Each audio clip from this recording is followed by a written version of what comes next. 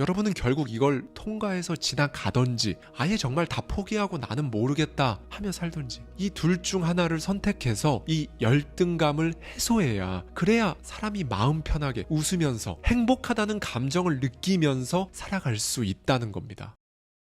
안녕하세요, 하와이 대저택입니다. 여러분은 성공합니다. 여러분은 이제 여러분의 결심을 싹 바꿔버리는 그 순간을 맞이하면서 정말로 인생을 바꾸는 그 단계로 나아갈 겁니다. 오늘은 기시미 이치로 고가 후미타케의 미움받을 용기에 담겨있는 인사이트를 가져와서 저의 생각까지 더해서 여러분들과 이야기를 나눠보고자 하는데요. 이 책은 오스트리아 출신 정신의학자 아들러의 심리학을 다루고 있습니다. 아들러는 열등감이라는 단어를 현재 통용되고 있는 맥락으로 처음 사용한 대단한 인물이기도 하고요.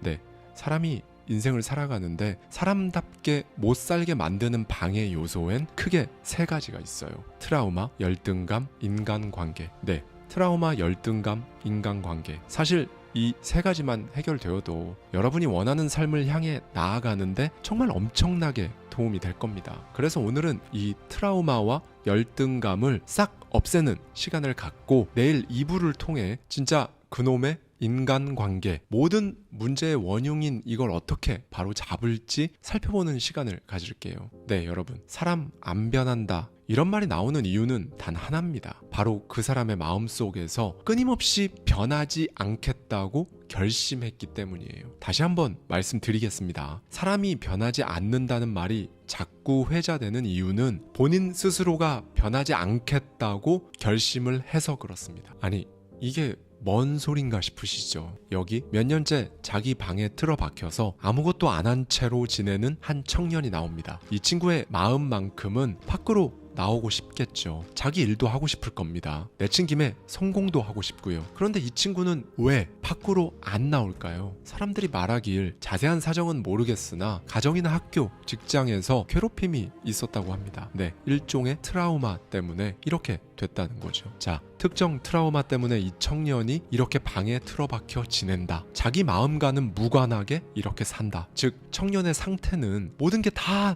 트라우마 때문이다. 이렇게 우리는 통상 모든 현상을 이 일이 생긴 원인이 있다, 이 사람이 이렇게밖에 살 수 없는 어떠한 사건이 있다는 추측으로 단정 지어버립니다. 네, 상식적이라는 생각이 드시죠? 그런데 이거 정말 맞을까요? 아니요. 아들러는 이런 견해를 정면으로 반박합니다. 이 사람은 불안해서 밖으로 나오지 못하는 게 아니라 밖으로 나가지 못하니까 불안한 감정을 지어냈다라고 말합니다. 쉽게 말해 어떤 일로 인한 이 트라우마는 그 일을 겪고 한동안은 우리를 아프게 할 수는 있어도 이런 사건을 겪으면서 무조건 따라오는 일련의 성장을 거치고 나면 이제 더 이상 전혀 문제가 되지 않는다는 거예요. 이 트라우마는요, 정말 한순간 또 하나의 도약을 위한 발판일 뿐 그 어떤 과거의 경험도 여러분 인생 전체를 쥐고 흔들어서 막 여러분을 방에 틀어박히게 만들어 버리는 것이 될 수 없다는 말입니다. 네, 그런데도 우리는 과거의 원인에 주목해서 지금 이 상황을 설명하려 듭니다. 원인과 결과, 바로 이 논리로 현재와 미래를 전부 과거에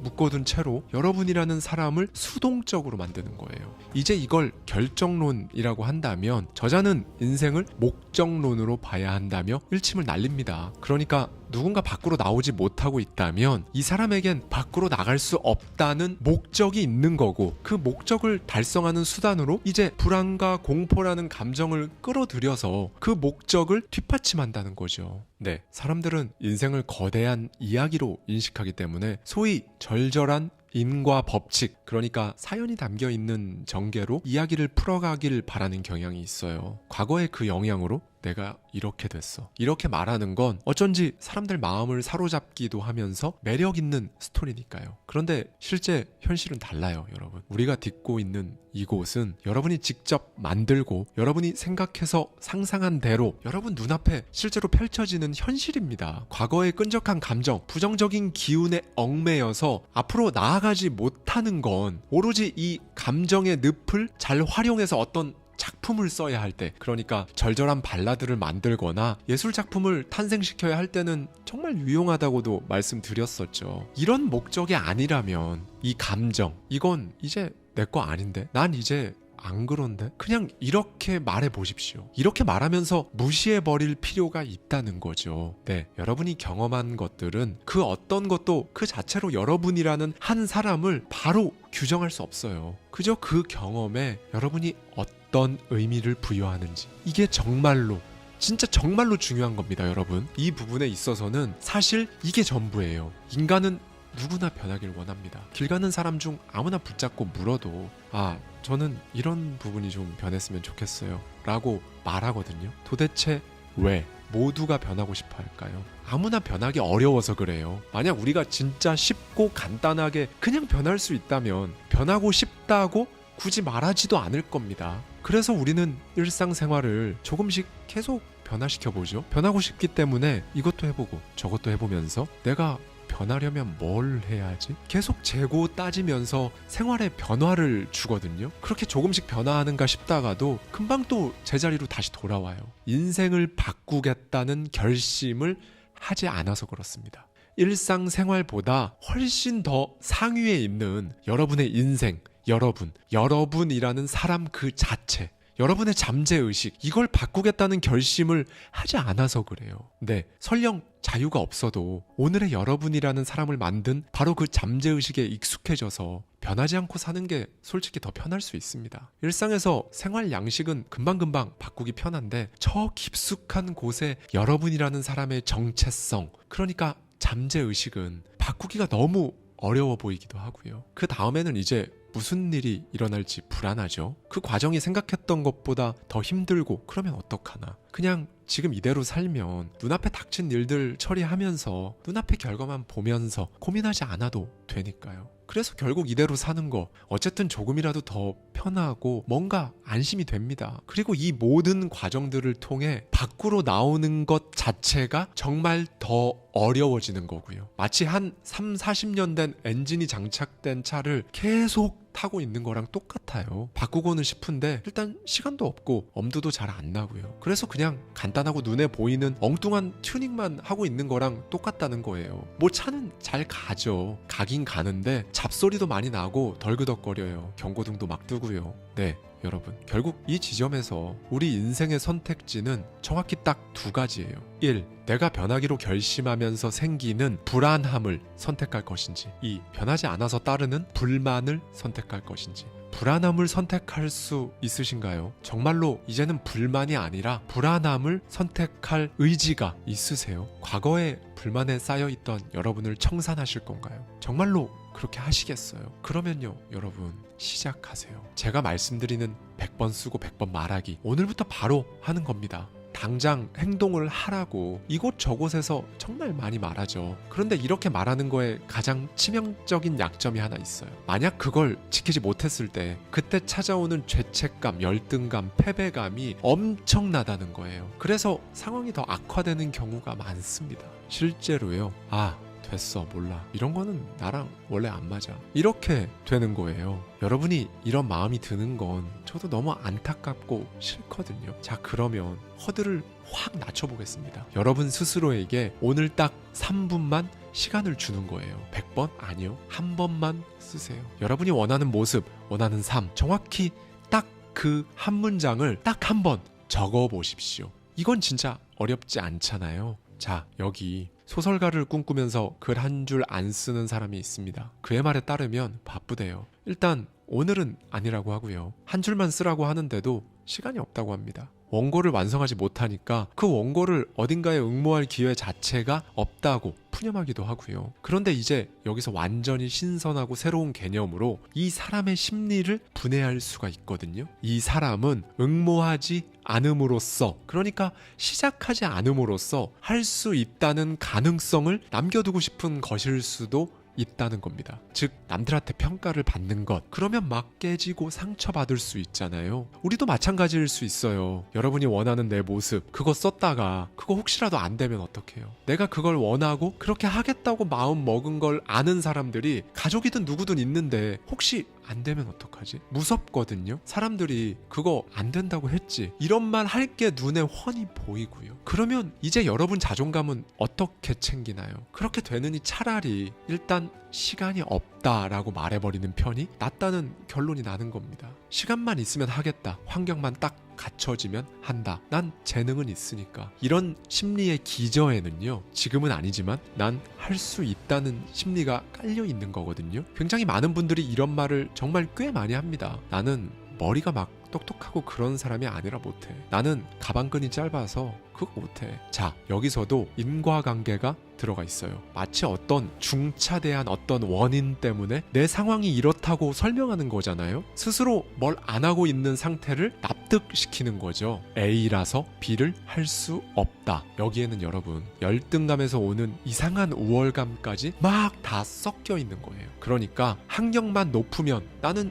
쉽게 성공할 수 있겠다라는 이 말, 사실은 자신의 유능함을 암시하는 말이 녹아 있다는 거예요. 아, 내가 진짜 이것만 아니면 할 수 있는데. 네, 아들러는 이를 일컬어서 우월감 컴플렉스라고 명명합니다. 그러니까 어떤 권위를 막 빌려와서 스스로에게 인과관계를 이렇게 적용시키는 사람은 결국 엄청나게, 정말 엄청나게 높은 확률로 원하는 바를 이루지 못합니다. 그러니 여러분, 불행을 자랑하지 마세요. 이런 분들 생각보다 너무 많거든요. 열등감 자체를 부각시켜서 뭔가 굉장히 특이한 우월감에 빠지는 거. 아, 내가 진짜 지금 하는 거 이것만 아니면 그거 충분히 할 수 있는데 상황상 어쩔 수가 없네. 이런 거 있잖아요. 이것도 열등감의 한 종류라는 겁니다. 그런데 이 열등감을요, 오랫동안 참아낼 수 있는 사람은 절대로 없다고 아들러는 강조합니다. 네, 우리는 그 상태를 참고 견딜 수가 없어요. 그만큼 압박감이 크고 여러분은 결국 이걸 통과해서 지나가던지 아예 정말 다 포기하고 나는 모르겠다 하며 살던지 이 둘 중 하나를 선택해서 이 열등감을 해소해야, 그래야 사람이 마음 편하게 웃으면서 행복하다는 감정을 느끼면서 살아갈 수 있다는 겁니다. 그러니까 지금 여러분이 뭐 해야 하는데, 나도 저렇게 해야 하는데, 이거 진짜 하긴 해야 되는데, 이건요 전부 다 열등감에서 오는 여러분 스스로를 향한 일종의 압박입니다. 결국 우리는 이걸 어떻게든 해소해야 두 발 뻗고 잘 수 있는 거죠. 여러분 스스로 이런 말을 종종 속마음이든 중얼거림이든 자꾸 나온다. 결국 거기에 여러분을 끼워 맞춰야만 그 압박감은 끝난다는 겁니다. 네, 여러분이 다른 사람하고 비교해보니까 여러분의 삶이 힘든 것처럼 보이시나요? 그거 아니에요. 여러분이 진짜로 되고 싶은 나, 절실하게 원하는 내가 되겠다는 바로 그 결심을 하지 않아서, 그래서 행복한 마음이 들지가 않는 겁니다. 그래서 마음에 안 드는 거예요. 이걸 가리켜서 우리는 보통 불행하다고 하고요. 여러분, 그냥 인정하세요. 인정하고 여러분이 되고 싶은 나를 종이에 써보십시오. 100번씩 쓰고 말하기 시작하세요. 그래도 뭔가 두렵죠. 내가 생각한 그 시점에 그 정도 부자가 안 되어 있으면 어떡하지? 아니, 내가 되고 싶은 나, 그거 안 되면 어떡해? 무서워서 미룹니다. 시작을 어떻게 하냐며 그렇게 또 다음 기회에 이렇게 미뤄집니다. 그런데 여러분, 한쪽짜리 원고 들고 문학상에 응모했다가 떨어지면 좀 어떤가요? 사람들이 그것 봐 하면 좀 어때요? 그걸 계기로 여러분이 분명 나아진다는 건 제가 500번 정도는 말씀드린 것 같습니다. 분명 나아지는 거거든요. 아니, 어떻게 자기 손으로 문학상에 실제로 응모를 한 사람이랑 아무것도 안 한 사람이랑 같을 수가 있나요? 그걸 계기로 이제 또 다른 길을 찾을 수 있게 되는 거거든요. 어쨌거나 그 시도로 여러분은 갑니다. 어디로요? 예전과는 차원이 다른 그 목적지로 가는 거예요. 네, 여러분, 삶은 목적론의 원리로 돌아간다고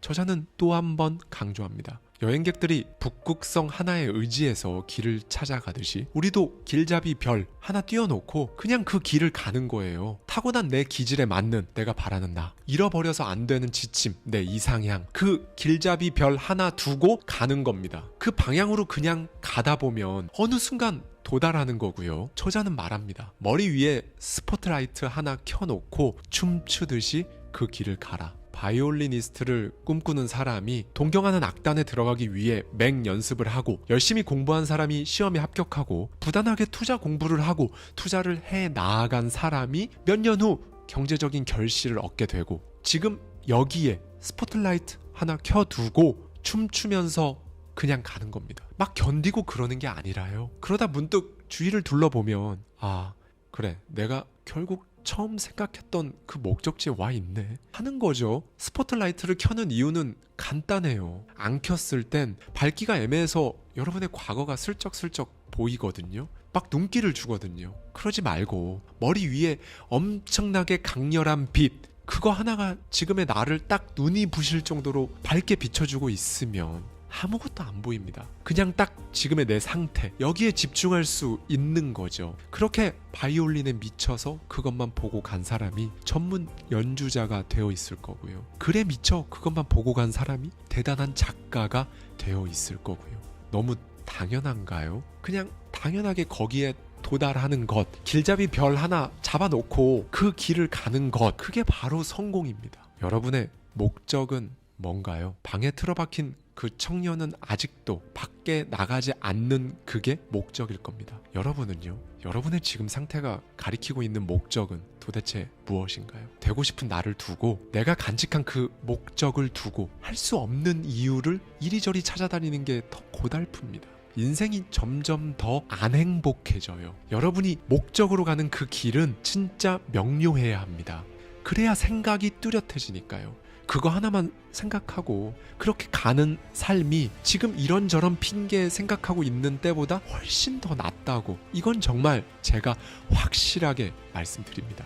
여러분 스스로를 방해하지 마세요. 사람은요, 변합니다. 트라우마 힘들죠. 당연히 힘들 겁니다.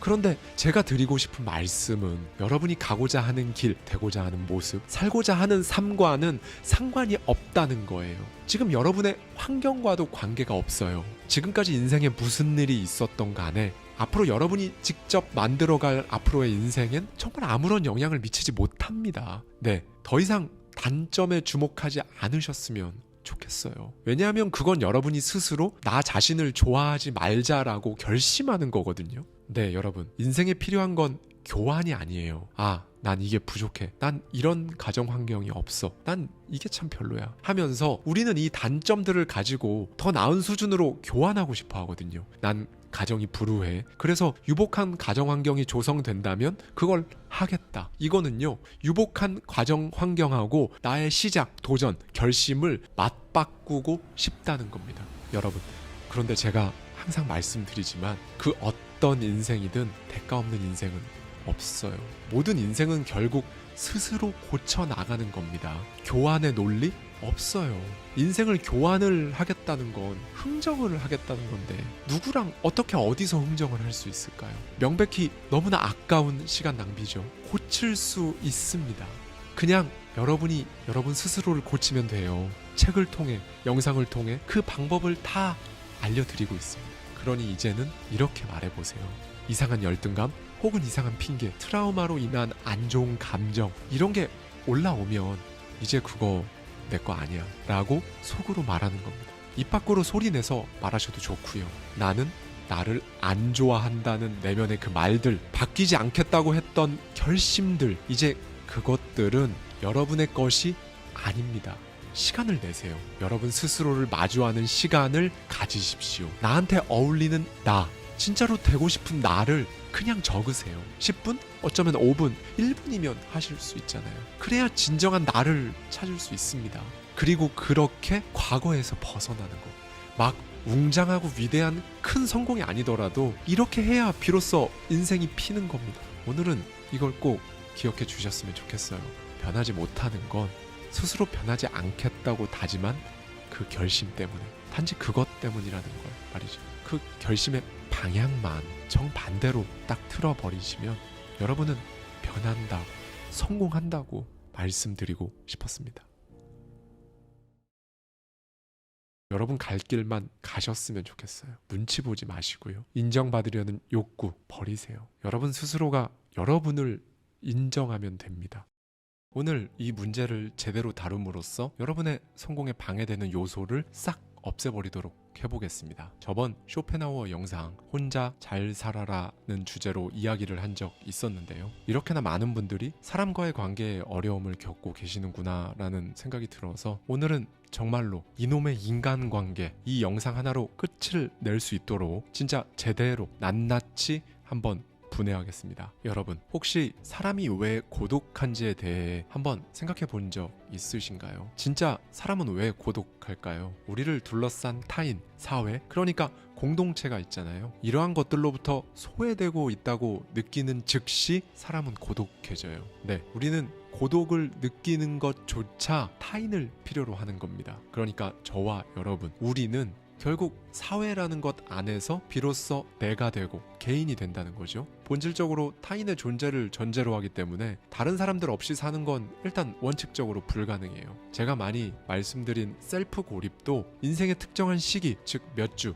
몇 달, 몇 년 이렇게 일시적으로 이루어져야 하는 것일 뿐이고요. 우리는 어쨌든 함께 살아가야 합니다. 일단 가장 큰 문제는요, 항상 저 사람은 도대체 왜 저러지? 라는 마음에서 비롯됩니다. 왜 이 사람은 내 마음을 안 따라와 주나? 왜 이 상사는 나를 괜히 힘들게 하나? 나는 이 사람한테 이 정도까지 신경 썼는데 이 사람은 왜 나에 대한 배려가 하나도 없나? 왜 내가 사람들한테 이렇게 치이며 살아야 하나? 왜 나를 인정해주지 않지? 왜 나를 존중해주지 않나? 왜 내 말을 안 들어주지? 그런데요 여러분, 사실 이건 한 방에 해결할 수 있어요. 바로 인정 욕구를 버리는 겁니다. 타인의 과제와 내 과제를 분리하는 건데요. 이거 이렇게 들으면 진짜 뻔한 소리 중에서도 진짜 뻔한 소리 같거든요. 그런데 그 안에 숨겨진 의미가 진짜 엄청납니다. 자, 우리가 살아가는 데에는 세 가지 인생 과제가 주어져요. 1. 일의 과제. 2. 교우의 과제. 3. 사랑의 과제. 부모님의 보호에서 벗어나서 정신적, 사회적으로 자립하는 그 순간, 그야말로 직면하는 과제인 거니까요. 피할 수 없고 부딪힐 수밖에 없으니까 과제 중에서도 사실 엄청나게 고난이도의 과제인 거예요. 일단 1의 과제는 업무상 인간관계를 뜻합니다. 이 관계들은 일을 그만두거나 직장을 옮기면 완전히 남으로 돌아간다는 의미에서 그 거리와 깊이가 사실 가장 약하고요. 그런데 이 단계에서 걸려 넘어지면 굉장히 많은 케이스가 운둔형 외톨이 단계로 가버립니다. 가령 이런 겁니다. 지금 있는 직장이랑 안 맞아서 이직을 해보려고 이력서를 냈는데 면접에서 매번 떨어진다. 아니면 업무상 크게 꼬였다. 실수로 회사에 손해를 끼쳤다. 그래서 눈앞이 깜깜하다. 아, 일이 싫다. 회사가 싫다. 여기서 포인트는 일 자체가 싫어진 게 아니거든요. 이 일을 통해 다른 사람에게 비판이나 질타를 받는 것, 무능하다고 낙인이 찍히는 것, 나의 존엄성에 상처가 나는 그 상태가 진짜 싫은 겁니다. 이게 바로 인간관계에 문제가 생긴 거예요. 보통 인간관계에 문제가 생겼다라고 하면 누구랑 뭐 싸우고 갈등이 있고 이런 것만 바로 딱 떠올리거든요. 그런데 그거 아니에요. 방금 말씀드린 이런 경우도 사실 인간관계에 문제가 생긴 건데 보통 그렇게 생각을 못합니다. 원인을 잘못 알고 있으니까 해결이 안 되는 거고요. 이 근본적인 원인을 알게 되면 그냥 요새 일 때문에 힘들어 라는 말로 그냥 퉁치는 게 아니라요. 이제 해결해야 할 게 뭔지 이제 타겟이 명확해지는 겁니다. 그 다음 교우 관계는요, 강제성이 작용하지 않잖아요. 이게 진짜 양날의 검인데요. 관계가 형성되는 것도 깊어지는 것도 다 어렵습니다. 다 여러분 노력이죠. 여기서 중요한 건 이 교우 관계에서 소위 얼마나 발이 넓은지 이건 하나도 안 중요해요. 진짜 중요한 건 관계의 거리와 깊이, 여러분이 첫 발을 내딛는 것, 이게 가장 중요한 변수죠. 이 교우 관계가 이제 더 나아가서 사랑의 과제와도 연결되는 거고요. 관계의 깊이가 가장 깊고 거리는 가장 가까운 이 사랑의 과제는 당연히도 가장 어렵습니다. 연인, 가족, 부모 자식 관계를 들 수 있죠. 여기서 중요한 건요, 구속하지 않는 거예요. 인간은 이 사람과 함께 있으면 자유롭게 행동할 수 있다는 생각이 들었을 때 이 사랑을 실감한다고 하죠. 이 관계에서는 얼마만큼의 자유가 허용되는가, 이게 정말 중요해요. 생각해 볼까요? 우리는 자유를 위해 부자가 되려고 하고 건강을 챙기려고 하잖아요. 그래야 돈 걱정으로부터 자유로울 수 있고 질병으로부터도 자유로울 수 있으니까요. 관계에서도 마찬가지입니다. 똑같아요. 이제 여기서 오늘 제일 중요한 메시지를 말씀드릴 건데요. 우리 인간관계는 자유를 전제로 했을 땐 정말 아무 문제가 없어요. 실상은 이 모든 게 몰수당한 채 끌고 가고 있기 때문에 인간관계, 이 몹쓸 굴레에 빠져 허우적거리는 겁니다. 네, 좋아하지도 않는 사람과 어울려야 할 수도 있고요. 죽고 죽도록 싫은 저녁 식사 자리 혹은 회식 자리에서 저녁 6시 반부터 밤 12시까지 장소를 3군데씩 옮겨가며 무려 5시간 반을 허리 꼿꼿하게 펴고 앉아 있어야 할 수도 있죠. 싫어하는 상사 기분을 살펴야 하기도 하고요. 부모님의 강압적인 교육 스타일로 인해서 자라면서 아예 찍소리 못하고 살기도 합니다. 이거 전부 다 자유를 몰수당한 거예요. 그냥 해방되면 얼마나 편할까요? 근데 불가능하죠. 그래봤자 또 다른 형태의 또 다른 굴레가 기다리고 있을 뿐입니다. 네, 우리는 이렇게 어지럽게 꼬여버린 그물망에서 도망칠 수 없어요. 도망칠 수가 없죠. 어디 무인도에 가서 살 수도 없으니까요. 그런데요, 여러분, 대신 이 꼬여버린 그물망을 싹 풀어버릴 수는 있습니다. 바로 인정 욕구를 버리는 걸로 그게 가능해요. 네, 인간관계에서 오는 모든 괴로움은 전부 다 이 인정 욕구에 집약되어 있어요. 사실은 인정받기 위해, 그러니까 타인의 시선을 의식해서 좋아하지 않는 사람과 어울리고 상사의 기분을 살피고 인정받기 위해서 부모님의 강압적인 훈육을 받아내죠. 네, 이렇게 우리는 타인에게 인정받음으로써 나는 가치가 있다는 걸 체감하기 때문에 그런 거거든요. 정작 나는 아직 인정 못 받았는데 A가, B가, C가 다른 사람들의 인정을 막 받고 있으면 내 몫의 인정을 빼앗긴 기분이 들고요. 네, 이 부분에 대해 저자는 이 모든 게 전부 상벌 교육의 영향 때문에 우리가 이 지경이 되었다고 강조합니다. 칭찬하거나 벌 주는 사람이 없으면 그냥 내가 하고 싶은 대로 살 거잖아요. 그런데 이제는 내 성공마저도 다른 사람이 보기에 어떨까를 생각하며 목표를 세우는 지경이 되었어요. 이건 제 개인적으로 정말 진심으로 너무나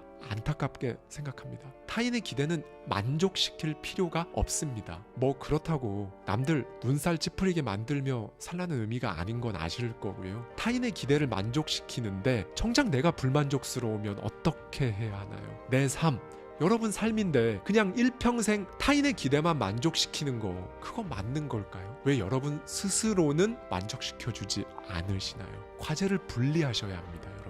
공부하기 싫어하는 학생인 자녀가 있다고 해볼게요. 숙제도 하기 싫고 아무튼 지금 모습은 공부랑 담을 쌓은 것 같아요. 여러분이 부모라면 어떻게 할 것 같으세요? 아마 굉장히 많은 분들이 강제로라도 어떤 식으로든 뭔가를 시킬 겁니다. 실제로 많이들 그러시거든요. 그러면 이 아이가 공부를 좋아하게 될까요? 글쎄요. 아마도 그러지 않을 가능성이 큽니다. 여기서 공부한다는 과제는 누구의 것인가요? 의사이자 개인 심리학의 창시자인 아들러는 이 부분에서 부모가 개입하는 건 타인의 과제에 발을 들이미는 행위라고 말합니다. 네, 사실 우리 정서상 이게 맞나 싶은데 팩트는 팩트죠. 대부분의 트러블은 타인의 과제를 침범하기 때문에 생기거든요. 과제를 분리해서 생각하면 인간관계의 질이 급격하게 달라지는 걸 느낄 수 있다고 합니다. 방법은 생각보다 굉장히 간단해요. 이 선택이 가져올 결과를 최종적으로 받아들이는 사람은 누구인가? 이걸 생각해보면 정말 쉽게 판단이 딱 됩니다. 사실상 결과가 저 사람 몫인데 너를 위해서 내가 억압하는 거야 라고 말하는 건 그 속마음에선 너가 아니라 내 체면을 위해서야 라는 뜻을 숨기고 있다는 거예요.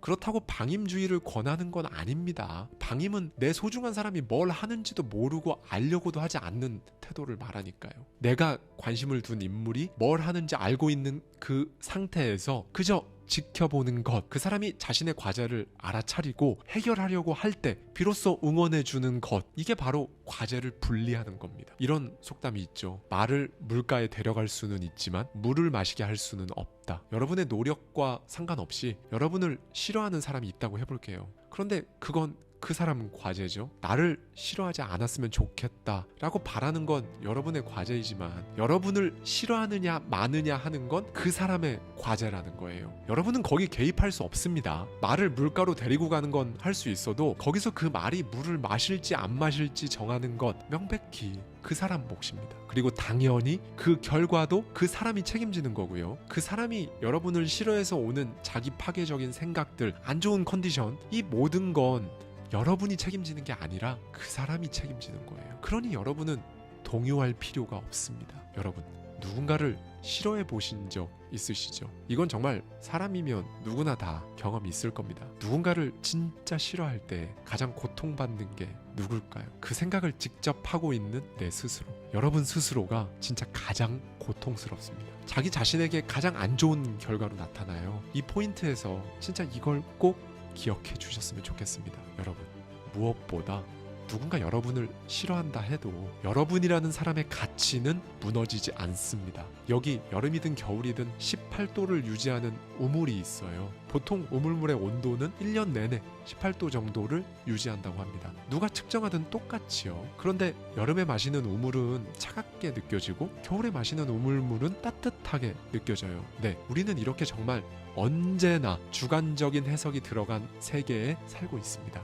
우물물은 여름이든 겨울이든 18도 한치의 오차가 없는데 말이죠. 누군가 여러분을 뭐 어떻게 평가하든 여러분이라는 우물은 변함이 없습니다. 그저 그 우물을 마시는 그 사람의 주관적 해석으로 여러분이라는 사람의 온도를 판단했을 뿐이죠. 그러니까 누가 나를 싫어하는 거, 좋아하는 거 둘 다 전부 나라는 사람의 온도와는 전혀 관계가 없다는 겁니다. 그래서 정말 세상에서 가장 어려운 문제인 것 같았던 이 인간관계의 고민을 해결하는 방법은 허무하게도 단순한 거예요. 타인의 과제를 버리십시오. 여러분이 믿는 최선의 길을 선택하는 것, 그것뿐이에요. 그 선택에 대해 다른 사람이 뭐 어떤 평가를 내리느냐 하는 건 그 사람의 과제이고 여러분이 어떻게 할 수 없다는 걸 꼭 기억하셨으면 좋겠습니다. 거울 앞에서 매일 정말 오랫동안 자신의 머리, 피부 등을 바라보며 외모에 엄청나게 신경 쓰며 사는 사람이 있었어요. 그의 할머니가 이렇게 말합니다. 네 얼굴을 그 정도로 주의 깊게 보는 사람은 사실 너밖에 없어. 그런데 재밌는 게요, 할머니의 그 말씀을 들은 그날 이후로 이 사람의 삶이 훨씬 편해졌다고 해요. 즉 상대가 나에 대해 어떻게 생각하든 좋아하든 싫어하든 그건 상대의 과제지 내 과제가 아니죠. 아직 과제를 분리하지 못하셨나요? 혹시 다른 사람이 내 얼굴을 보고 무슨 생각을 할까 걱정되세요? 그건 여러분 과제가 아니에요. 그 사람의 과제죠. 그러니 여러분, 모든 문제에서 이건 누구의 과제인가 한번 생각해보는 연습을 해보십시오. 명료해집니다. 내 과제면 관여하고 내가 어떻게 해도 개선할 여지가 없는 말 그대로 타인의 과제면 냉정하게 선을 그으셔야 해요. 할 때는 해야죠. 과제를 분리하는 건 막 자기 중심적인 게 아니에요. 오히려 타인의 과제에 개입하는 것이야말로 자기 중심적인 발상입니다. 누구도 내 과제에 개입시키지 말고 나도 타인의 과제에 개입하지 않는 것, 이것만이 인간관계의 고민을 해결할 수 있는 유일한 방법이라고 아들러는 다시 한번 강조합니다. 네, 여기서 오늘의 결론이 나왔네요. 바꿀 수 있는 건 나 자신밖에 없다. 그리고 여기서 알아야 할 건요, 이 과제 분리가 인간관계의 최종 목표가 아니라 입구에서 해야 할 일이라는 겁니다. 모든 건 과제 분리부터 시작됩니다. 분리하는 즉시 나는 그에게 잘 보이려고 애쓰지 않기 때문에 이전과는 다른 거리감이 생깁니다. 그렇게 너무 멀지도 가깝지도 않은 상태로 지낼 수 있는 거죠. 네, 그런데 말은 쉽지 사실 어렵습니다. 저도 알아요. 과제를 막 분리하고 하는 거, 그 어려운 걸 하느니 솔직히 내 인생 타인에게 맡기는 게 아이러니하게도 훨씬 쉽습니다. 가령 부모님이 깔아놓은 레일 위를 달리는 것, 하라는 대로 하는 것, 어쩌다 불만을 느낄 수는 있겠지만 어쨌든 길을 헤맬 일이 없잖아요. 내 갈 길 스스로 결정하라고 하면 헤맵니다. 막막해지고요, 머리 아프죠. 그러느니 그냥 타인의 기대와 인정에 맞춰 사는 편이 낫다, 100번 낫다는 결론에 닿는 거고요. 그리고 이게 우리의 본능이고 순간순간의 충동적인 반응입니다. 그런데 마지막으로 이거 한 가지만 그럼 짚고 넘어가 볼까요? 이렇게 순간순간의 충동적인 반응, 본능에 이끌려서 평생 사는 것, 그러니까 비탈길에 속절없이 굴러 내려가는 돌멩이처럼 사는 거, 진짜 자유 맞나요? 진짜 자유는 자기가 막 굴러 내려가고 있으면 스스로를 다시 밀어 올리는 그 태도가 진짜 자유 아닐까요? 네, 아이러니하게도 사람들은 자유를 정말 기꺼이 내어주고 미움받지 않는 삶을 선택합니다. 타인의 기대와 인정에 맞춘 인생을 선택하죠. 그렇게 모든 사람의 안색을 살피면서 삽니다. 그렇게 돌멩이로 살아가죠. 돌멩이는 힘이 없어요. 굴러 내려가면 중력이 허용하는 곳까지 계속 내려가죠. 그런데 여러분은 돌멩이가 아니네요. 그럼 여러분은 그런 이끌림에 저항할 수 있지 않을까요? 멈추고 비탈길을 다시 올라갈 수 있지 않을까요? 진짜 자유란 뭘까요? 저자는 당당하게 말합니다. 진짜 자유는 미움받을 용기이다 라고 말이죠. 인간관계의 카드는 내가 쥐고 있는 거예요. 가령 누군가와 사이가 틀어졌어요. 그 사람이 여러분한테 화를 내서 사이가 틀어졌습니다. 그런데요 여러분, 여기서 그 사람이 여러분한테 화를 내서 여러분이 그 사람과 사이가 틀어졌다라는 원인 결과로는 여러분을 수동적으로 만듭니다. 여러분이 할 수 있는 게 없잖아요. 아들러는 말합니다. 당신이 그 사람과 잘 지내고 싶지 않아서 그 사람이 화낸 기억을 꺼냈다. 이렇게 생각하면 관계를 회복하던지 끊던지 이제 그 카드는 여러분이 쥐게 됩니다. 이게 바로 아들러가 말하는 목적론이고요. 혹시 여러분이 이 시점에서 이 사람이랑 관계를 끝내고 싶다고 결심을 해서 관계를 끝내기 위한 구실을 찾고 있는 거 아닐까요? 상대가 정말로 변한 거 맞나요? 여러분이 그 사람을 싫어하겠다는 목적이 먼저 앞섰고 그 목적에 맞는 그 사람의 결함을 찾아낸 거 아니고요. 네, 사실 우리는 다 알잖아요. 사람은 그럴 마음이 있으면 상대의 결점이나 단점을 얼마든지, 정말 얼마든지 발견할 수 있습니다. 이 사실을 깨달으면 인간관계에 대한 고민이 생겼을 때 여러분께 정말 큰 도움이 되실 거예요. 반대로요, 여러분, 정말로 여러분은 변한 게 없는데도 여러분을 싫어하는 그 사람은요, 그 사람 스스로 여러분을 싫어하겠다는 목적을 가지고 여러분을 보기 때문에 트집을 잡는 거예요. 여러분을 싫어하겠다는 기저에는 그 사람 스스로도 모르는 열등감이 깔려 있겠죠. 근데 그 사람은 그걸 또 모르겠죠. 그냥 정말 뭘 모르는 사람인 겁니다. 그런 사람의 과제에 여러분 에너지를 그렇게 쓸 필요가 정말 있는 걸까요? 네, 여러분, 모든 카드를 여러분이 쥐고 있다는 사실을 기억하세요. 그리고 자유를 찾으십시오. 어차피 인간관계라는 이 그물망 안에서 살아가야 한다면 여러분 과제만 보고 여러분 갈 길만 가셨으면 좋겠어요. 눈치 보지 마시고요. 인정받으려는 욕구 버리세요. 여러분 스스로가 여러분을 인정하면 됩니다. 그게 사실 제일 어렵고 제일 가치 있고 제일 성공한 거거든요. 내가 나를 인정하는 삶. 마지막으로 다시 한번 말씀드리겠습니다. 여러분이 여러분을 인정하는 삶. 그리고 미움받을 용기. 오늘은 이 부분에 대해 한번 좀 생각해 볼 수 있는 하루가 되셨으면 좋겠습니다. 나보다 부유한 사람을 볼 때와 나보다 지적인 사람을 볼 때 누가 더 부러운지 비교해보자. 지적인 사람을 더 부러워한다면 나는 지성을 갖추는 삶을 추구하는 사람이라는 걸 알아차릴 필요가 있다. 네, 여러분, 성공을 하는 데 있어서 우리가 진짜 많이 말하는 자존감은 실제로 중요할까요? 중요하다면 성공에 어느 정도 영향을 줄까요? 이거 궁금하지 않으신가요? 보통 자존감이 중요하다 많이들 말하잖아요. 그런데 일단 자존감이 뭔지 그 정의부터 헷갈려 하시는 경우가 많습니다. 그리고 이게 왜 중요한지, 이 자존감이랑 성공하는 게 도대체 어떻게 연관되어 있는지, 그리고 마지막으로 자존감이 중요하다고 하면 이걸 어떻게 만들고 유지하는 건지, 이 부분이 진짜 막연하게 느껴지시는 분들 굉장히 많습니다. 저에게 질문도 많이 주셨고요. 오늘 대저택 서재에서 이 부분을 제가 진짜 초등학생도 이해할 수 있게 쉬우면서도 명확하게 다 말씀드리도록 하겠습니다. 여러분, 만약에 다른 사람이 나를 무시한다는 느낌을 종종 받는다거나 이 자존감에 대해 의문을 가지는 일이 잦다면, 그러니까 내 자존감이 높은 건가 낮은 건가 이게 좀 헷갈리는 분들이라면 특히나 잘 들어주세요. 김학진 교수의 뇌는 어떻게 자존감을 설계하는가에 담겨있는 인사이트를 가져와서 저의 생각까지 더해서 오늘 이야기 시작해 보겠습니다. 가장 먼저 이 자존감이 도대체 뭘까요? 스스로 품위를 지키고 자기를 존중하는 마음, 이게 자존감의 사전적 정의거든요. 그런데 저자는 이걸 이제 생물학 용어로 새롭게 정의합니다.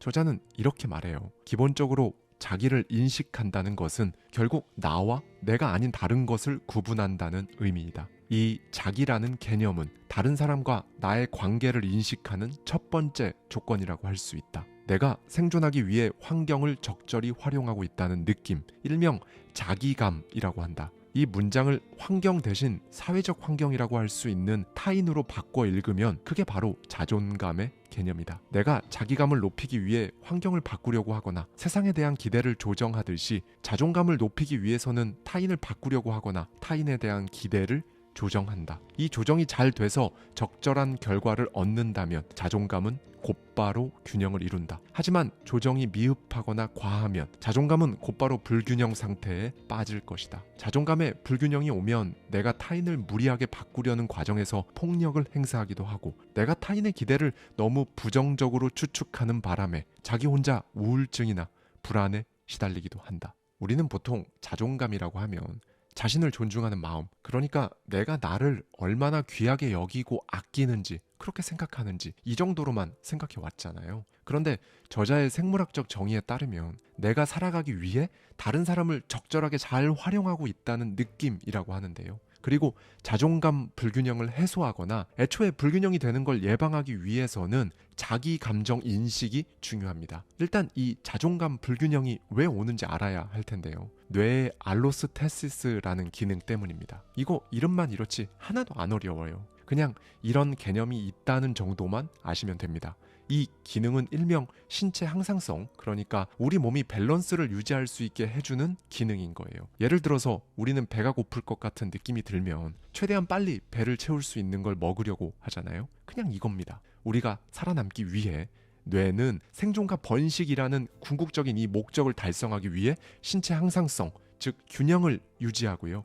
외부 환경을 요리조리 이용하거든요. 이게 바로 알로스테시스의 기능인 겁니다. 그리고 이 신체 불균형을 해소하려면요, 일단은 지금 불균형 상태로 가고 있다는 신호가 있을 거고요. 그러면 이제 그 불균형을 해소하고 밸런스를 맞추려면 어떤 보상이 있어야겠죠. 이 알로스테시스는 방금 말씀드렸던 생존이라는 원초적인 불균형 상태를 해소하는 것 외에도요, 새로운 보상을 찾아서 학습하게 만드는 기능도 합니다. 즉 배고픔과 같은 1차적인 보상 말고도요, 돈과 같은 좀 더 상위 차원의 2차적인 보상을 끊임없이 학습해서 새로운 가치를 만들어내는데 핵심적인 역할을 하는 거죠. 이 2차적 보상의 중요한 특징이 3가지가 있어요. 첫째는 당장 필요한 게 아니라는 겁니다. 대신 앞으로 발생할 불균형을 미리 예측해서 마치 연금을 모으는 것처럼 지금 배고프진 않지만 나중에 배고플 걸 대비해서 지금 돈이라는 보상을 미리 확보하는 게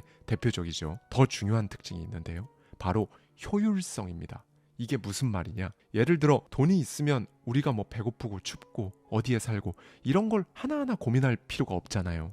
그러니까 어떤 불균형에 일일이 대응할 필요 없이 한꺼번에 해결이 되죠. 즉 우리 인간의 알로스테시스에게 돈이라는 건요, 만능 보상인 셈입니다. 여러 보상을 개별적으로 얻는 수고를 할 필요도 없어지고요, 알로스테시스가 과부하 걸릴 필요도 없는 거죠. 네, 바로 이런 특징 때문에 인간은 돈에 주의를 기울일 수밖에 없는 겁니다. 그리고 우리가 정말 입에 달고 사는 단어가 있죠.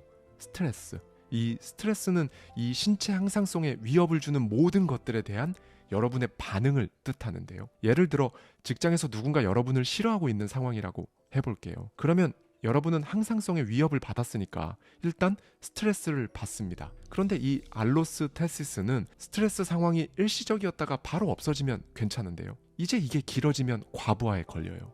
이때부터 항상성 회복이 늦어지죠. 그러면 여러분은 자연스럽게 동료들의 말과 행동에 신경을 더 쓸 수밖에 없게 될 겁니다. 그렇죠? 만약 이 과부하 상태가 고착돼 버리면요, 이제 정보를 아예 왜곡해서 받아들이는 지경에 이릅니다. 그러면 이제 분노 조절 장애, 우울증 이런 게 발생하는 거예요.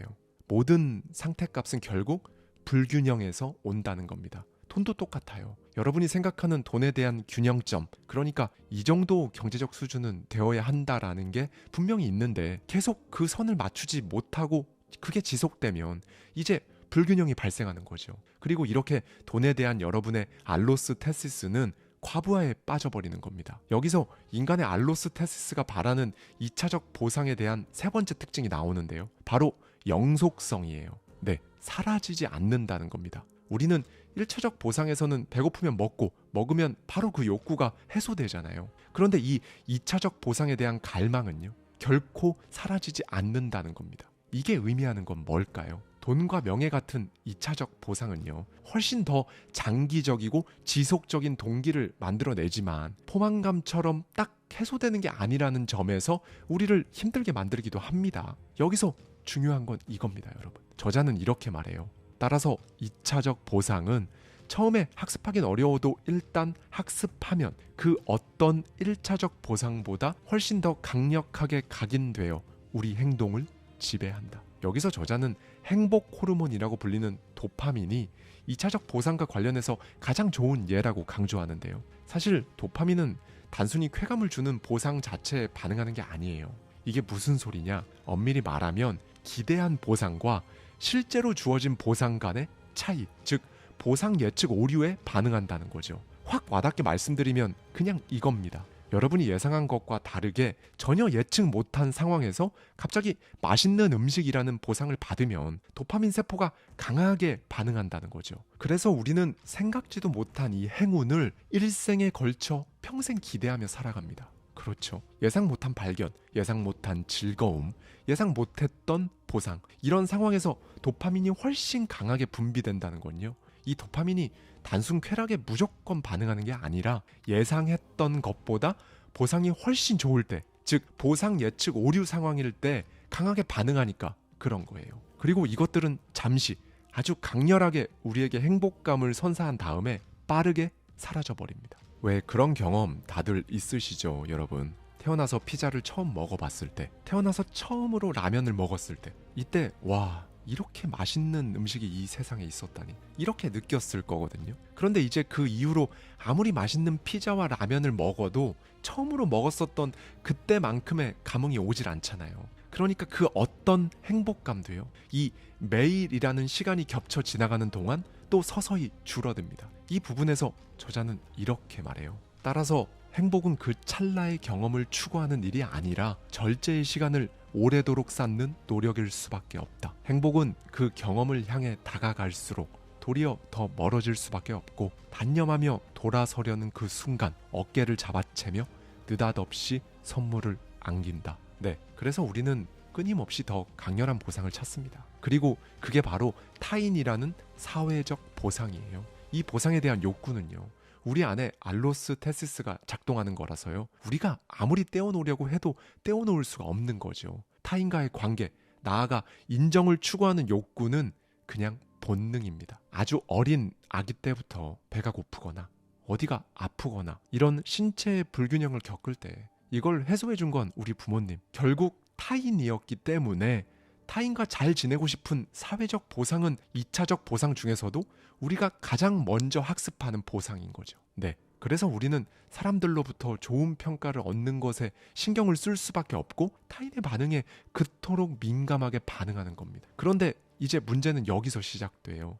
이 욕구는 사람이 사회화 과정을 거치면 점점 더 강해지거든요. 그러니까 우리는 점점 더 적은 노력을 들이면서 타인의 인정과 호감을 끌어낼 수 있는 소위 효율적인 보상을 추구하게 되는데, 이게 충족이 잘 안 되면 결국 불균형이 발생하잖아요. 그리고 이게 바로 자존감 불균형이라고 하는 거고요. 핵심은 이겁니다, 여러분. 노력은 더 적게 기울이면서 인정과 호감을 얻는 것, 이거예요. 그래서 우리는 이 과정에서 명품 가방, 고급 자동차 같이 사회적 지위를 비교적 쉽고 빠르게 과시할 수 있는 수많은 신호를 장착하는 거죠. 노력은 적게, 인정과 호감을 빠르게 얻어야 하니까요. 여러분, 이게 의미하는 게 뭘까요? 그러니까 SNS에 너무 과하게 빠져드는 것, 너무 과하다 싶을 정도로 명품으로 정말 치장을 하면서까지 나를 돋보이려고 하는 이런 행동들은요, 새롭고 강력한 2차적 보상에 사로잡혀서 보상의 기준은 높아졌는데 내 상황은 그걸 받쳐주지 못할 때 오는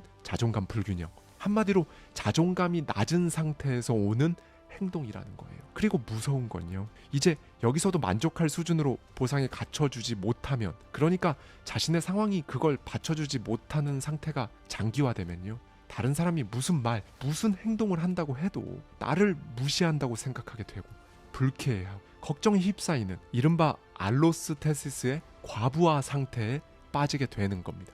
네, 아까 영상 초반에 제가 이 자존감의 사전적 정의를 말씀드렸는데요, 전통 심리학에서도 거의 비슷하게 봅니다. 그러니까 이 자존감이란 용어를 외부 평가와는 상관없이 자기 자신에 대해 갖는 가치 판단을 가리켰거든요. 즉, 흔히 자존감은 내가 나를 어떻게 보는지, 이걸 의미하니까 다른 사람이 나를 어떻게 보는지와는 무관하다고 전통 심리학에서는 말해왔어요. 그런데 이 부분에 대해 저자는 굉장히 독특하고 예리한 분석을 합니다. 내가 나를 바라보는 방식, 여기에도 다른 사람이 나를 어떻게 보는지에 대한 내 생각이 반영된다. 네, 여러분, 이쯤에서 스스로에게 이런 질문을 한번 해보세요. 여러분이 지금 원하는 거, 진정으로 여러분이 원하는 거 맞으신가요? 이걸 정확하게 알기 위해서는요, 가장 먼저 여러분이 지금 집중하고 있는 그것에 자기 만족, 그리고 인정 욕구가 각각 어느 정도 비율인지 생각해 봐야 합니다.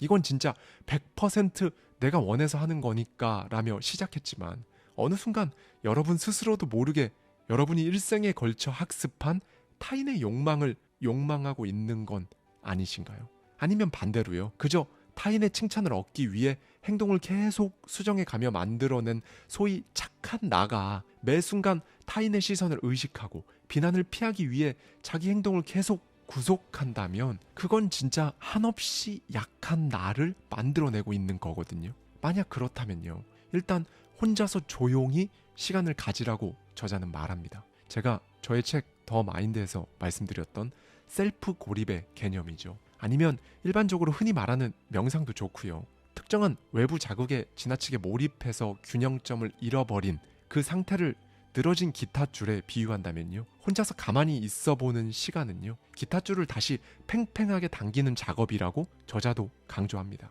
이 시간을 가지는 게 왜 중요하냐면요.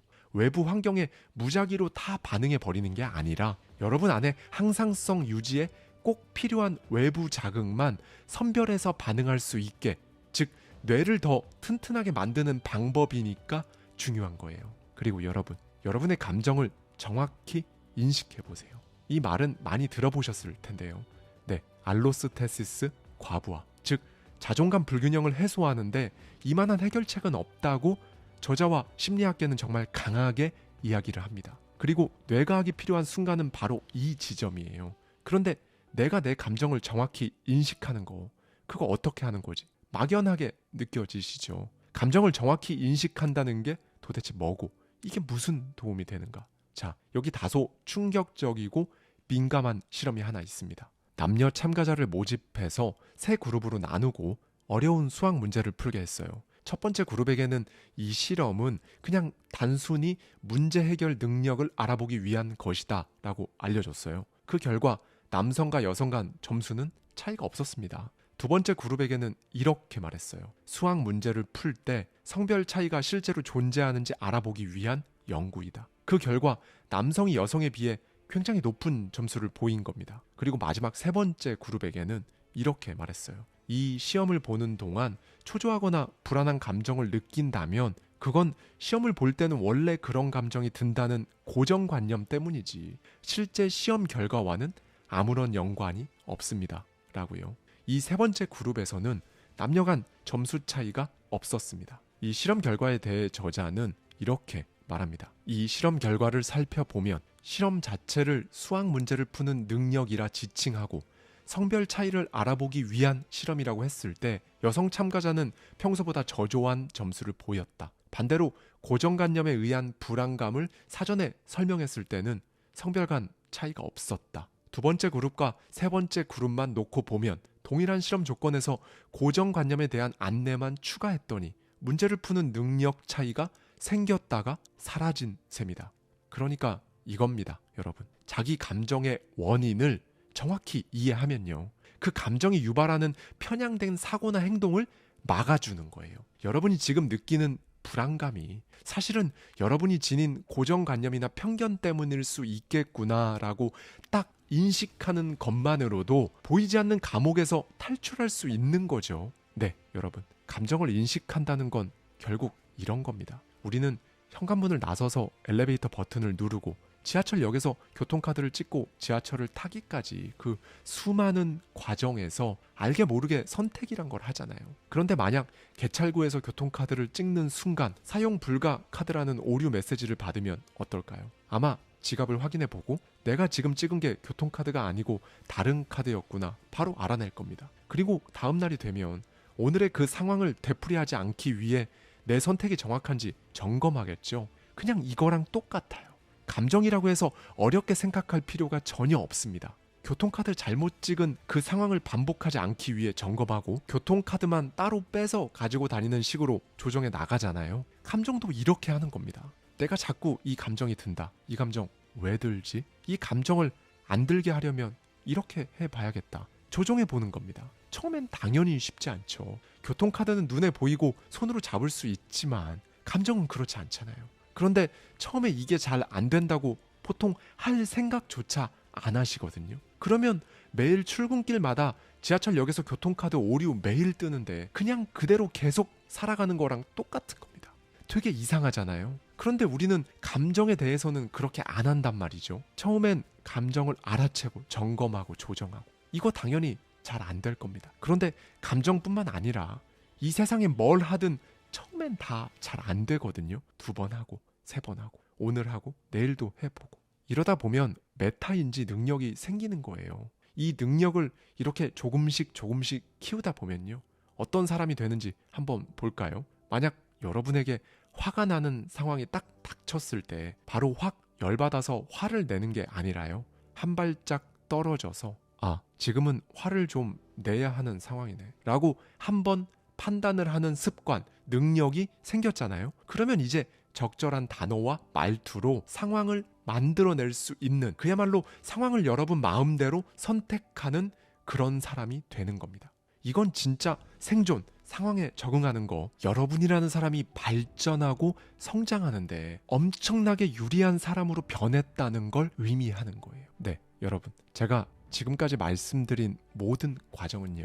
지금 아무리 자존감 불균형으로 다른 사람들 말에 속절없이 무너지는 사람이라고 할지라도 바꿀 수 있는 부분이에요. 누구는 되고 누구는 안 되고 이런 거 없습니다. 감정은요. 여러분 몸이 보내는 일종의 도움 요청 신호라고 생각하세요. 그리고 이 신호의 답을 가장 잘하는 방법은요. 바로 그 감정을 유발한 정확한 원인을 찾아서 제거하는 겁니다. 다만 이 자기 감정 인식은 난이도가 높아요. 그러기 위해서는 일단 지금 여러분 안에 있는 인정 욕구를 마주할 용기를 가지셔야 해요. 이거 버리세요 한다고 바로 딱 버려지는 게 아니잖아요. 한평생 키워온 타인에 대해 의지하는 거, 그리고 타인에 대해 기대하는 거, 이걸 전부 쉽게 무시할 수도 억누를 수도 없습니다. 그렇죠? 그러니 일단 알아차린다라고 생각해 보세요. 왜 나는 그 사람이 불편한지, 왜 나는 내 스스로에게 실망감을 느끼는지, 잘난 척하는 저 사람에게 왜 부정적 감정을 느끼는지, 이걸 천천히 생각하면서 깊이 이해하면요, 그 감정이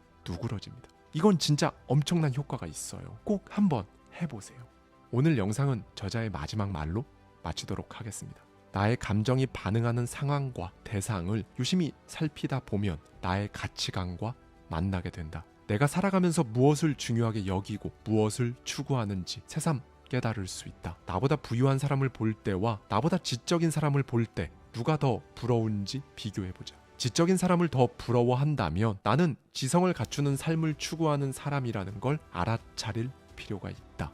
이런 내가 만약 단순히 재력가의 삶을 산다면 지적인 사람을 볼 때마다 부러움이라는 감정의 버튼이 쉴 새 없이 눌리는 경험을 할 것이다. 행복한 사람의 삶을 지속하기 위해서는 나의 감정 버튼이 눌리는 정확한 지점을 찾아내야 한다. 네, 이게 바로 자기 감정 인식의 시작이며 자존감 불균형의 마침표로 가는 길입니다. 그 어떤 것도 당신보다 더 중요하지 않다. 적어도 당신에겐 그렇다.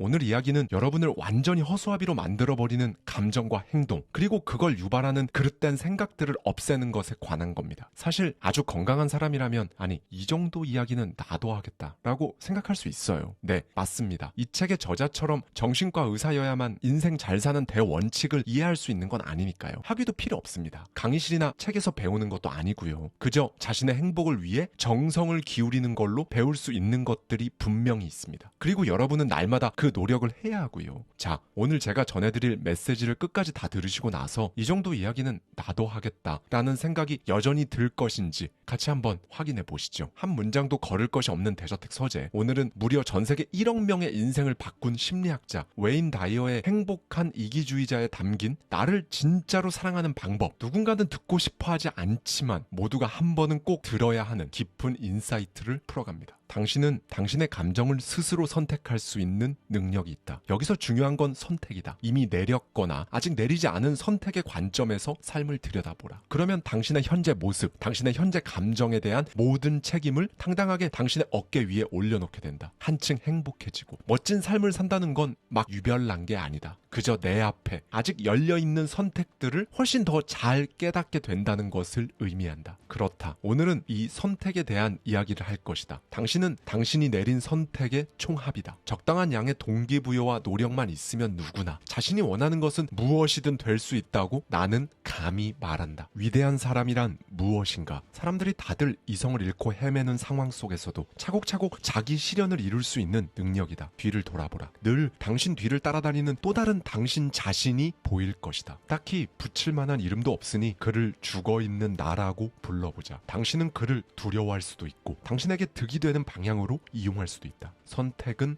당신의 몫이다. 죽음은 끝도 없이 당신의 어깨를 짓누른다. 그리고 삶은 제대로 숨을 고를 여유도 없이 짧다. 그러니 자신에게 이런 질문을 던져보라. 내가 진정 원하는 삶을 이렇게 모른 척하면서 살아도 되는가? 러시아의 대문호 톨스토이의 단편소설 이반 일리치의 죽음의 주인공 이반 일리치. 그는 죽음의 신을 기다리며 다른 사람에게 철저히 휘둘렸던 자신의 과거를 회상한다. 그는 사회에 순응하기 위해 지금까지 자기 인생을 자유롭게 살아간다는 것에 대해선 완전히 체념해왔다. 만일 내 인생이 모두 잘못된 것이라면 이전에는 도저히 생각할 수도 없었던 것, 다시 말해 그동안 인생을 제대로 살지 못했다는 느낌이 결국은 진실일지도 모른다고 그는 문득 생각했다. 이제껏 사소한 충동이 일면 그걸 곧바로 억제하며 살아왔는데 실은 그런 충동이 오히려 진짜이고 그 외 모든 것들은 전부 가짜였던 것 아닐까? 직책, 생활과 가정사, 사회적 또는 직무상의 이해관계도 모두 가짜였는지도 모른다. 이런 것들을 모두 성실하게 지키고자 노력했던 그는 갑자기 그 모든 것들이 덧없게 느껴졌다. 지켜야 할 것 따위는 아무것도 없었노라.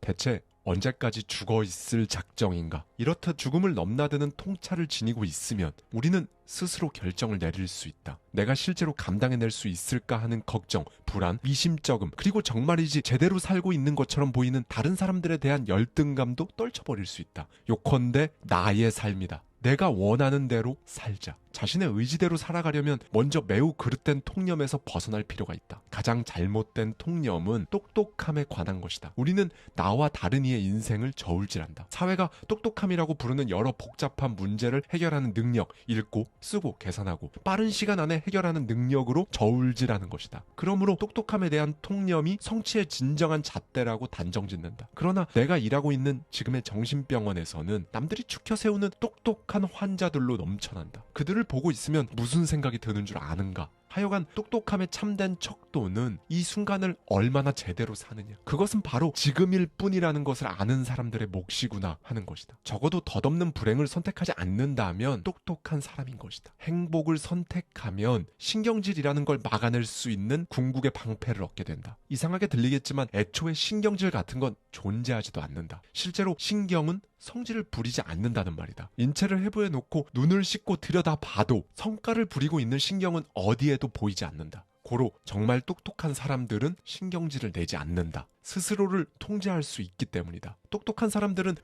의기소침해지기보다 행복을 선택하는 법을 알고 있다. 삶의 문제에 대처하는 방법을 아는 것이다. 나는 방금 그들이 문제를 해결한다고는 말하지 않았다. 그들은 문제 해결 능력이 아니라 자신이 행복하고 소중해질 수 있는 능력을 똑똑함의 잣대로 삼는다. 오늘은 이 문장을 잘 생각해 보길 바란다. 내가 행복하고 소중해질 수 있는 능력을 똑똑함의 잣대로 삼는다. 우리는 모두 사회병에 걸려 있는지도 모른다. 그 병은 주사 한 방 정도로는 절대로 나을 수 없다. 그것은 필히 열등의식이라는 전염병이기 때문이다. 그 병에 대해 지금껏 알려진 유일한 치료 방법은 자기 사랑이라는 약을 대량 복용해서 자기 실현이라는 결과물을 내는 것이다. 사회는 다른 사람들을 배려하라고 가르친다. 이웃을 사랑하라고 한다. 그런데 어느 누구도 자기 자신을 사랑하는 일은 안중에도 없는 듯 보인다. 진정 현재의 순간에 행복을 얻고자 한다면 자신을 사랑하는 법부터 배워야 한다. 사람은 본래 자신을 아름답고 귀중한 사람이라 여기도록 타고났으나 일련의 사건으로 버려지거나 사회적 잣대에 갇혀 이상한 뿌리를 내리게 된다. 그때가 되면 자기 불신이 활개를 친다. 나를 사랑한다는 주장을 내세우지 않게 되면서 다른 사람이 나를 어떻게 여기겠는가 라는 생각만 일삼는다. 판에 박힌 질문들과 자신을 부정하는 말들이 계속된다. 이런 자기 불신은 자기 실현을 어떻게 방해하는가? 당신은 다른 사람들을 사랑하는 중차대한 일이 힘에 부칠지도 모른다. 왜냐하면 다른 사람에게 사랑을 주는 건 자신을 얼마나 사랑하고 있는가와 직접적인 관계가 있기 때문이다. 그런데 실제로 이런 삶을 사는 사람은 좀처럼 보기 드물다. 어떻게 하면 기대에 어긋나서는 안 된다는 단서를 달지 않고 상대방이 택한 걸 너그러이 허용하는 경지에 이를 수 있을까? 매우 간단하다. 자기를 사랑하면 된다. 더 정확히는 지금부터 나를 중요하고 소중하며 아름답다고 느끼는 것이다. 일단 자기 자신이 얼마나 멋진 사람인지 인식하기만 하면 다른 사람들에게 내 지시를 따르게 강요하면서까지 나의 가치를 강조할 필요가 없어지기 때문이다. 나 자신에게 확신이 서면 다른 사람들이 나와 같아지기를 바라지도 그것을 필요로 하지도 않게 된다. 나는 독특하다. 상대도 독특하다. 그런데 상대가 나에게 순응하게 되면 그 사람 나름의 독특함을 잃게 된다. 내가 그들을 좋아했던 이유는 그들에게 남다른 구석이 있었기 때문이 아닌가.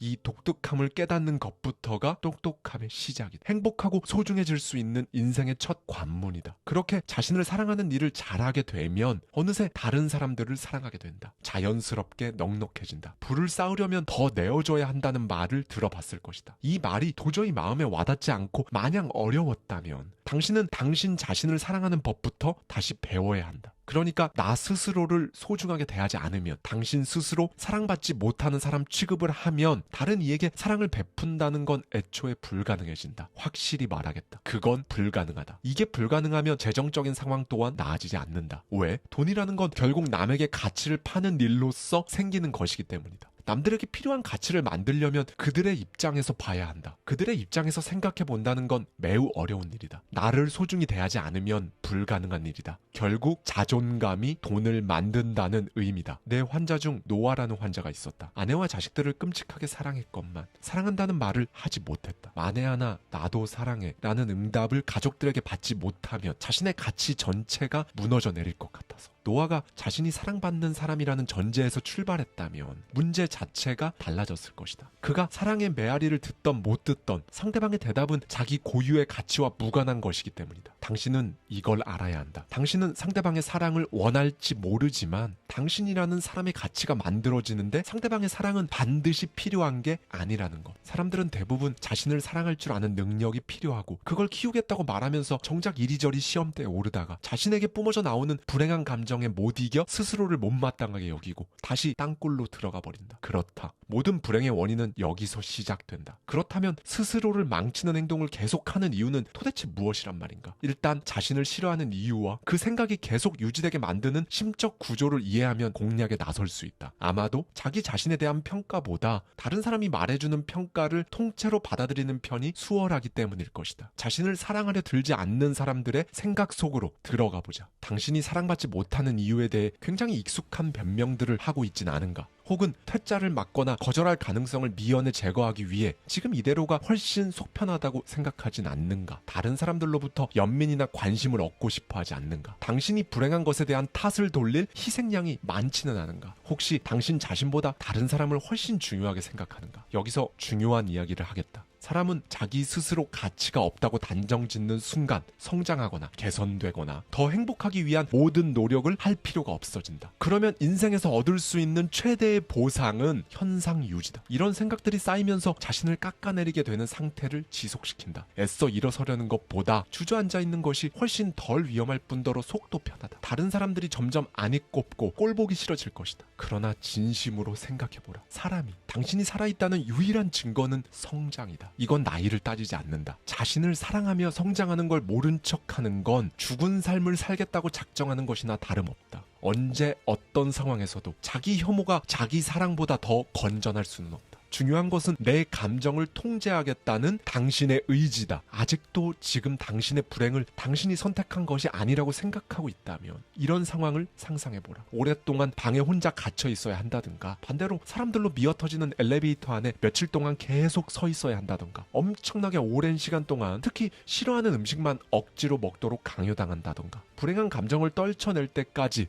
스스로 방금 말한 벌 가운데 하나를 받아야 한다고 상상해보라. 얼마나 오래 버틸 수 있을 거라고 생각하는가? 이 방법을 사용하면 아마도 상당히 빨리 불행한 감정을 떨쳐버릴 수 있을 것이다. 당신에게 당신 감정을 스스로 통제할 수 있는 능력이 실제로 있든 없든 그건 사실 아무 상관이 없다. 정말 중요한 건 당신에게 그럴 의지가 있느냐다. 이런 사고방식을 거부하려 들지 말고 정말 신중하게 생각해보라. 자신을 내팽겨치지 말고 날이면 날마다 내 인생을 꼬이게 만드는 일들의 안주에 있지 말고 생각해보면 행복하겠다고 마음먹는 것이 훨씬 쉬운 일이다. 그냥 나를 사랑하겠다고 마음먹는 일이 압도적으로 훨씬 더 쉽다는 것이다. 당신의 가치는 당신의 행동이나 감정과는 무관하다. 사람은 단 하나의 자아상만 가지고 있지 않다. 긍정적이거나 부정적이라는 이분법적 분류로도 나눠지지 않는다. 실제 사람의 자아상은 한두 개가 아니다. 게다가 심지어 시시각각 변한다. 자기 자신을 좋아하는가? 라는 질문에 부정적인 이미지들만 떠올라서 아니요 라고 답하고 싶을지도 모르겠다. 사람은 육체적, 지적, 사회적, 감정적 측면에서 자기 자신에 대해 나름의 평가를 내리고 있다. 사람은 활동하는 개수만큼이나 많은 자아상을 갖고 있으며 그 모든 행동을 통해 내가 존재한다. 우리는 그걸 받아들일 수도 거부할 수도 있다. 언제나 내 뒤를 따라다니는 어두운 그림자, 내 불행, 내 행복, 나름 뛰어난 부분에 대한 가치평가, 부족한 부분에 대한 가치평가. 이 모든 것들을 그냥 나를 사랑하지 않음으로 한데 묶어버려서는 안 된다. 나는 존재한다. 나는 인간이다. 이것이 나에게 필요한 모든 조건의 전부다. 나의 가치는 내가 결정하는 것이며 어느 누구에게도 설명할 필요조차 없다. 내 행동이 스스로 못마땅하게 느껴지는 때가 아예 없진 않겠으나 그것은 나의 가치와 무관하다. 나는 언제까지고 나 자신에게 소중한 사람이 되겠노라 작심할 수도 있고 나의 자아상을 잘 갖고 나갈 수 있다. 가장 먼저 당신의 모든 신체적 조건을 좋아하라. 자기 수용이란 자신의 모든 조건을 좋아한다는 의미다. 내 몸이 바로 나다. 그러므로 나의 몸을 싫어한다는 건 1차적으로 자신을 인간으로서 받아들이지 않겠다는 것과 매 한 가지다. 그리고 똑똑함의 기준은 당신에게 있다. 당신의 몸에 관한 이미지뿐 아니라 그 밖에 다른 경우에도 이런 식의 마음가짐이 가능하다. 자기 나름의 기준을 적용하면 누구나 자신을 똑똑하다고 생각할 수 있다. 연구 결과에 따르면 학생들을 모아놓았을 때 일부는 비교적 빠른 속도로 숙달의 경지에 이르지만 대다수의 학생들은 속도가 늦더라도 어쨌든 학습 과제를 완전히 숙달하는 것으로 나타났다. 내가 지금까지 환자들을 봐온 바 충분한 시간을 들이면 그러니까 마음만 먹으면 거의 모든 학문상의 기술을 숙달할 수 있다는 걸 눈으로 봤다. 하지만 대부분은 그렇게 하려 들지 않는다. 그럴만도 하다. 현재의 에너지를 그렇게 애매모호한 문제 해결이나 흥미도 없는 일을 배우는 데 쏟을 이유가 없다고 여기기 때문이다. 다만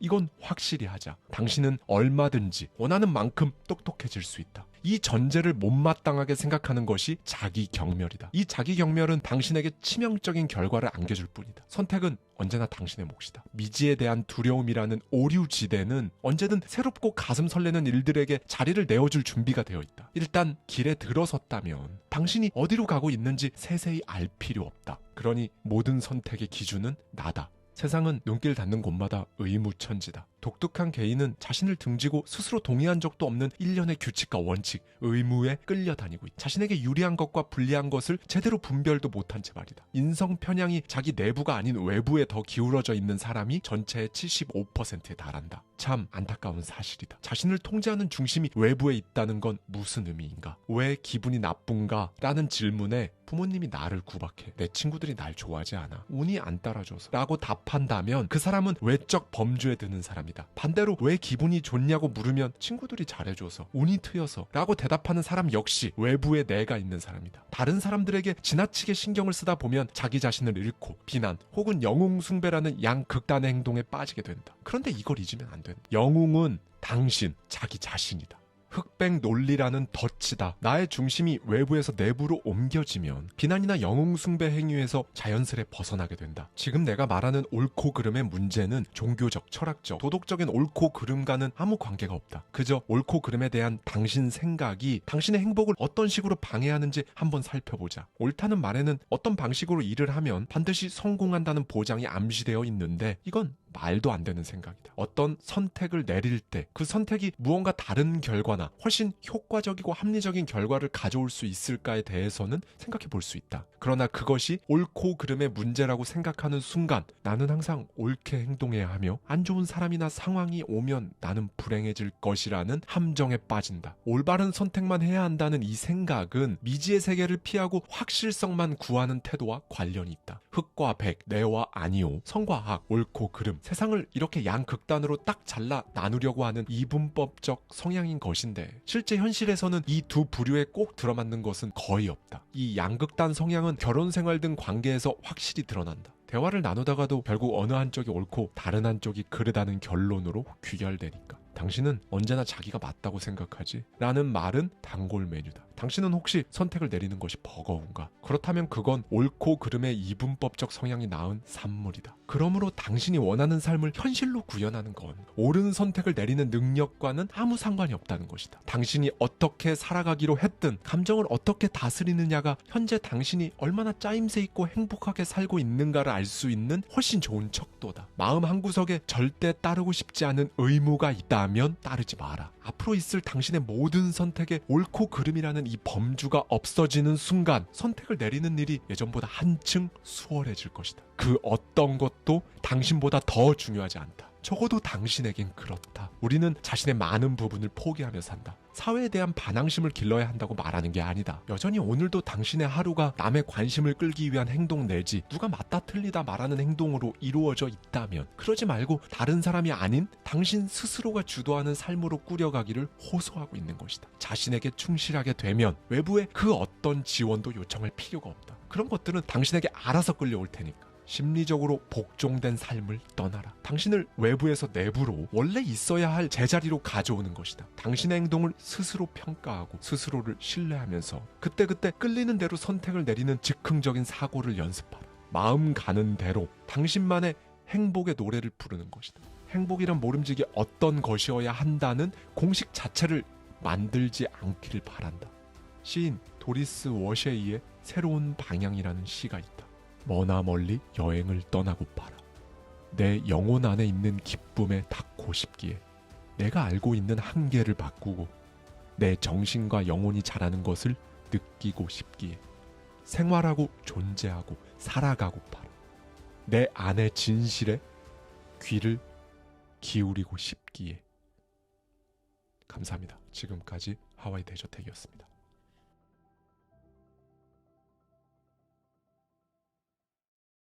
저와 함께 매달 한 권씩 책 속에 담긴 격렬한 통찰을 통해 한 단계 더 성장하고자 하는 분들은 아래 고정되어 있는 댓글을 참고해 주세요.